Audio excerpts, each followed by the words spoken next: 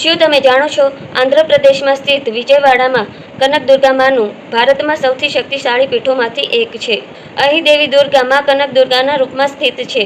માન્યતાઓ અનુસાર આ એ જ સ્થાન છે જ્યાં મા દુર્ગાએ મહિષાસુર નામના રાક્ષસનો વધ કર્યો અને ત્યારબાદ અહીં વિશ્રામ કર્યો હતો.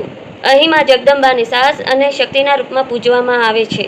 અહીં દુર્ગા પૂજા દરમિયાન એટલે કે નવરાત્રિમાં ભવ્ય ઉત્સવ ઉજવવામાં આવે છે, જ્યાં હજારોથી લાખો ભક્તો માતાના દર્શન અને આશીર્વાદની કામના રાખે છે.